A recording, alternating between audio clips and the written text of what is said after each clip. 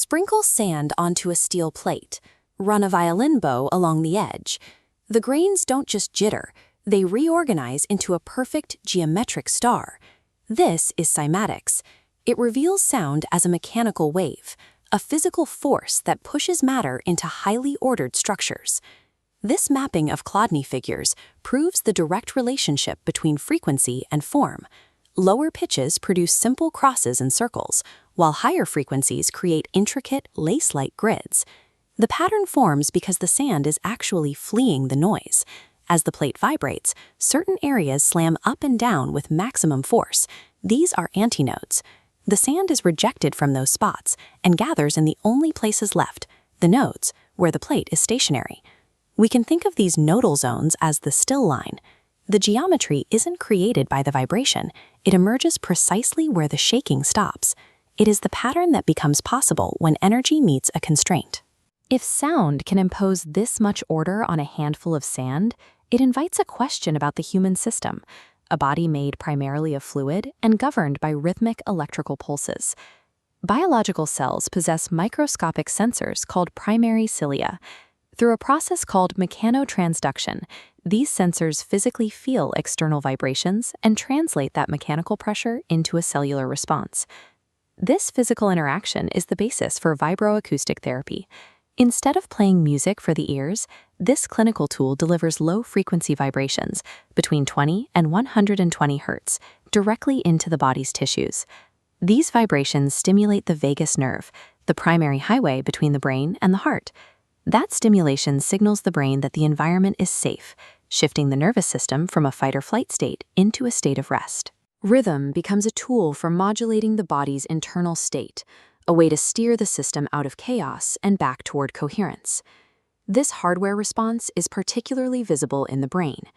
Researchers at MIT's Power Institute for Learning and Memory have spent over a decade mapping how neural networks synchronize to external rhythms. They identified a specific threshold at 40 Hertz. When exposed to a steady 40 Hertz pulse, neural networks begin to entrain or sync their electrical firing to match that external beat. This chart details the biological payoff. The 40 Hertz firing triggers the glymphatic system, the brain's internal plumbing, to flush out waste proteins and amyloid buildup associated with Alzheimer's. This steady rhythm reduces neuroinflammation and preserves brain volume, improving memory and cognitive clarity in early trials. The rhythm acts as a system refresh command, using a precise frequency to maintain the physical integrity of the brain's architecture. Physics dictates that a weaker, chaotic rhythm will naturally drift to synchronize with a steadier, stronger pulse. This is entrainment, a phenomenon that suggests why we often find ourselves matching the pace of the people and rituals around us. Consider the parable of the village bell. When the bell rang every morning, the community moved in time. When the tower collapsed, the town descended into chaos. The bell didn't exert control. It provided a reliable, shared rhythm that allowed the village to organize itself. We see this in high-stress environments like homeless shelters. A simple, repeatable beat, like a manager standing in the same spot at 7 o'clock with the same opening script, acts as the bell. It provides a steady pulse for frayed nervous systems to lock onto. We aren't built to keep our own time in isolation.